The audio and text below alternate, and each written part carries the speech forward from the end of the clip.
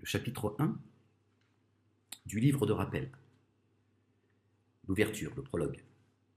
أعوذ بالله من الشيطان الرجيم بسم الله العظيم الكريم ألف لام ميم ح ميم عين سين قaf. Vous savez, c'est ce chapitre que vous avez saboté. Excuse-moi de m'arrêter sur la salade parce que ça me permet de dire des choses et c'est important. Elle commence par au nom de Dieu le miséricordieux, par essence et par excellence. Bismillahir Rahmanir Rahim. Et le verset 1 fait partie intégrante du chapitre. Vous l'avez enlevé. Selon vos écoles, vos divergences, on ne sait pas pourquoi elles existent vos écoles, si ce n'est pour mettre la fitna.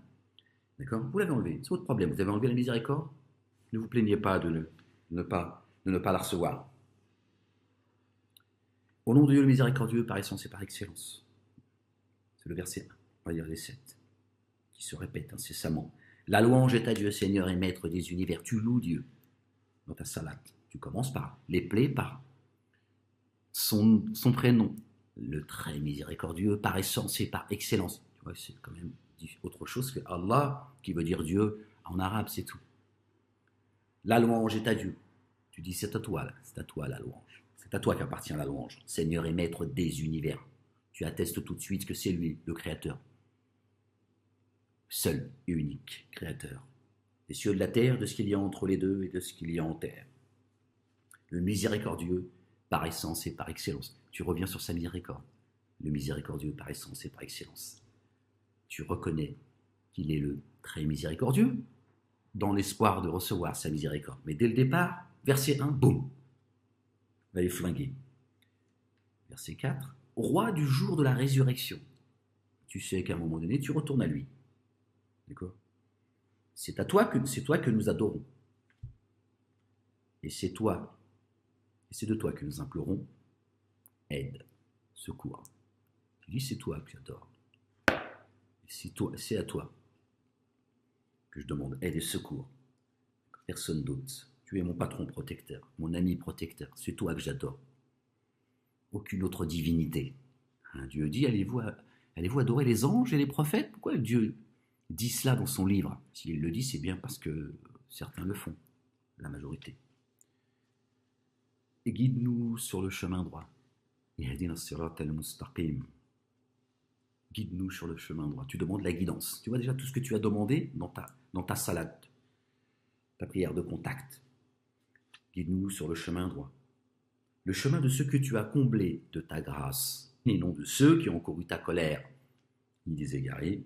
Surat al-Fatiha, le chapitre 1, qu'on appelle l'ouverture, la Fatiha, qui est dans le livre, d'accord, elle est indépendante du Coran. Et le Coran, elle est inscrite dans le livre, mais elle est indépendante du Coran, que Dieu jette dans la poitrine de qui il veut. C'est l'ouverture. D'accord?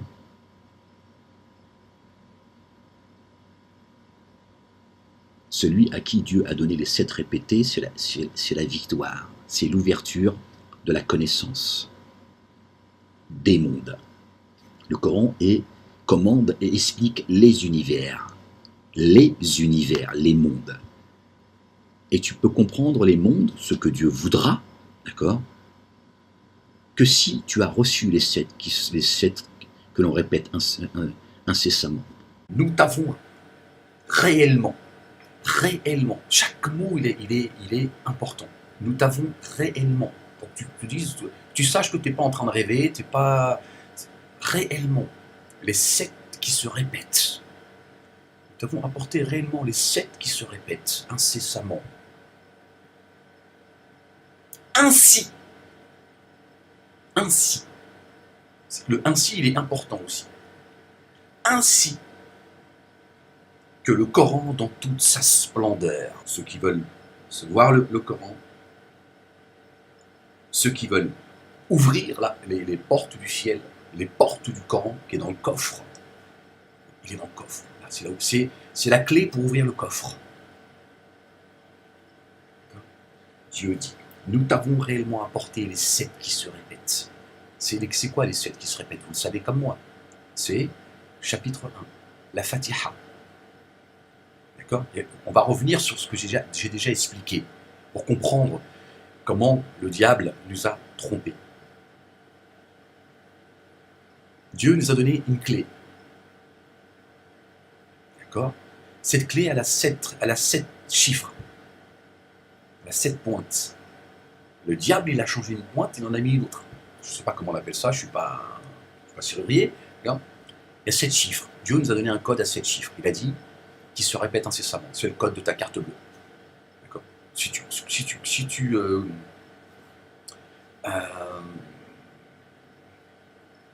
tu mets pas le bon code, d'accord? Si tu cherches, je n'arrive pas à trouver le mot, il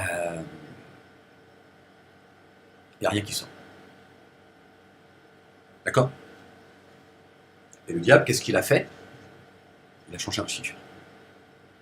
Il en a enlevé un et il l'a remplacé. Je cherche le mot. C'est juste c'est incroyable. Il y a des mots comme ça qui m'échappent et je n'arrive pas à les. Tu vois, il faut que tu composes. Il faut composer le bon numéro. Nous, on nous a appris. On nous a appris, d'accord? Je vais revenir au chapitre 1. C'est bien que vous puissiez le visualiser, d'accord? Les 7 répétés, c'est celle-ci. Vous la connaissez. Ouverture. Regardez où se trouve le verset 1. On en a déjà parlé. Au nom de Dieu, le très miséricordieux par essence et par excellence. Le verset 2 du chapitre 1, c'est la louange est à Dieu, Seigneur et Maître des univers. Alhamdulillahi Rabbil Alamin, le Maître des mondes. Le diable, le malin, a retiré le verset 1. Il l'a enlevé. Tout le monde. Sur les 2 milliards de musulmans aujourd'hui, d'accord, il y a une infime minorité, un microcosme dans le macrocosme, qui dit Bismillahir-Rahmanir-Rahim comme mettant le verset 1, qui le récite. Beaucoup le récitent aussi à voix basse. Alhamdulillahi Rabbil Alamin. Il commence par ça. Comme si que la Fatiha commençait par le verset 2. D'accord? Alhamdulillahi Rabbil Alamin. La louange est à Dieu, Seigneur et Maître des univers. La Fatiha, pour les musulmans, elle commence par Alhamdulillahi Rabbil Alamin. Alors que Dieu, il a dit, je vous ai envoyé les 7 répétés, ainsi que le Coran. C'est-à-dire qu'il a détaché, on va revenir sur le verset 87 du chapitre 15, ainsi que le Coran. Pourtant, vous voyez bien, les 7 répétés, ils sont dans le Coran, là. Ils sont bien, donc logiquement, tu te dis, mais ainsi, je veux dire, c'est le premier chapitre, c'est dans le Coran.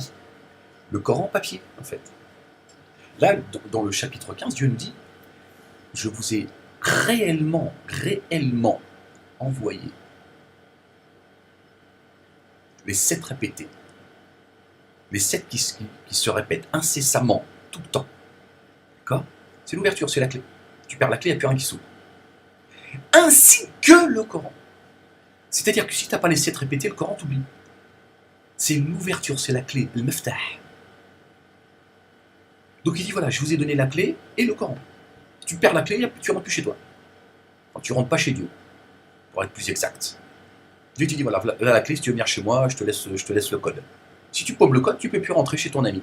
Tu dis, voilà, je suis absent, mais si tu veux passer à la maison, voilà, là mon code. Le code d'entrée. Si tu changes un chiffre, tu rentres pas. C'est ce que le diable a fait.